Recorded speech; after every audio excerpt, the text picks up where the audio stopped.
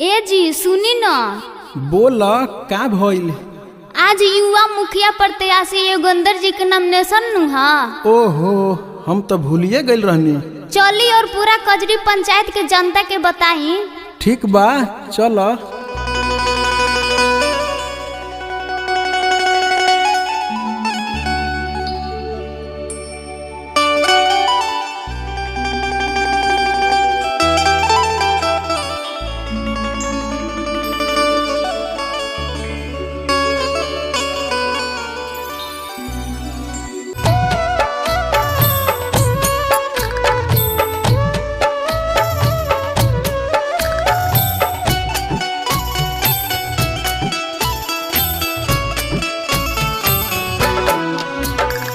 गौवा के साना है जोगिंदर भैया मुखिया बनाई चाची, उनके जीताई चाची, उनके जीताई चाची।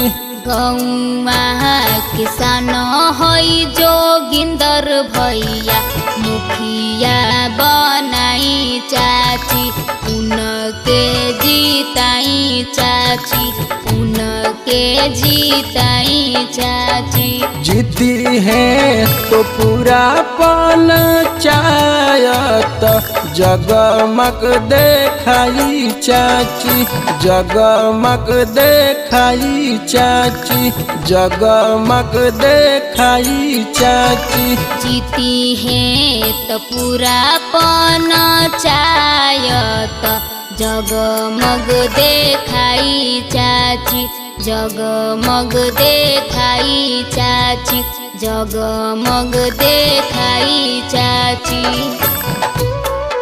कजरी पंचायत के सर्वांगीण विकास के लिए युवा कर्मठ जुझारू समाज सेवी योगेंद्र कुमार के हाथों को मजबूत बनाएं।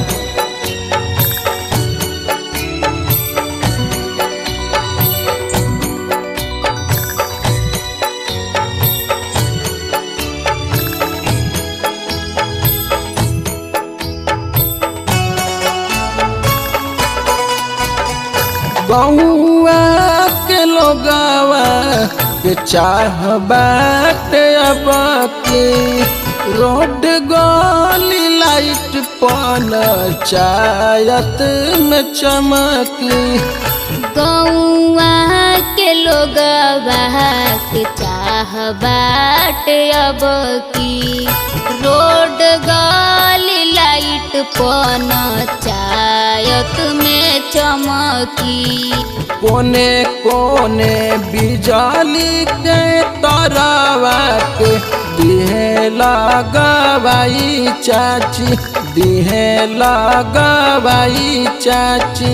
कोने कोने बिजली के तरवा के दिहे लगवाई चाची, दिहे लगवाई चाची, दिहे लगवाई चाची।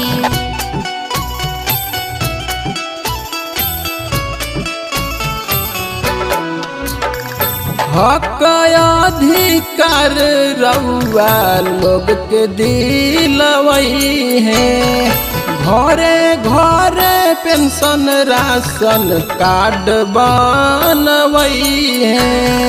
हक अधिकार रउआ लोग के दिलवई है, घरे घरे पेंशन राशन कार्ड बनवई है। युवा यौरी शिक्षित उम्मीदवार बाटे, एह के ना भूलाई चाची, एह के ना भूलाई चाची। युवा और शिक्षित उम्मीदवार बाटे, एके ना भूलाई चाची, एके ना भूलाई चाची, एके ना भूलाई चाची। जी हाँ मित्रों, साथियों, आपका आस का, आपका विश्वास का और पंचायत कजरी के विकास का ध्यान में रखकर योगेंद्र जी को साथ दीजिए।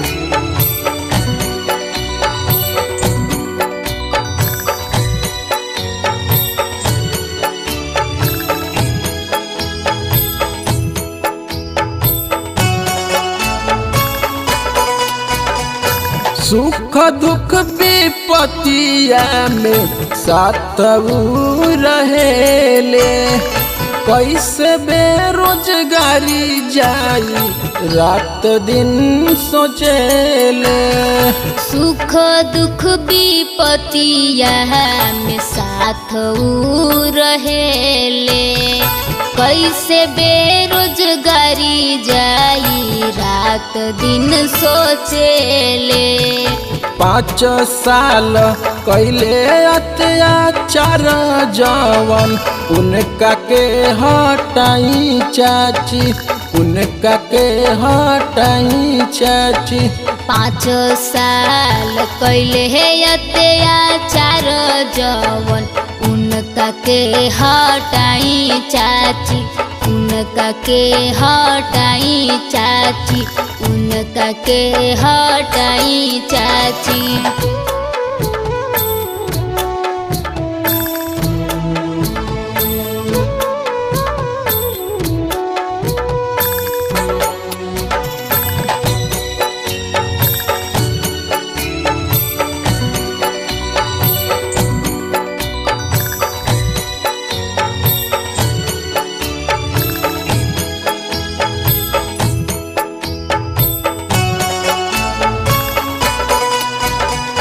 घरवा के बेटा हई बुझिए के मन में, रतिया बितावेले रउवे शरण में।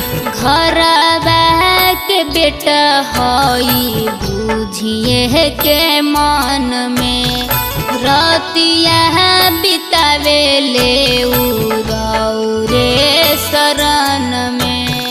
बबुआ अनिल गावे गावे चलताटे, सबके बताई चाची, सबके बताई चाची।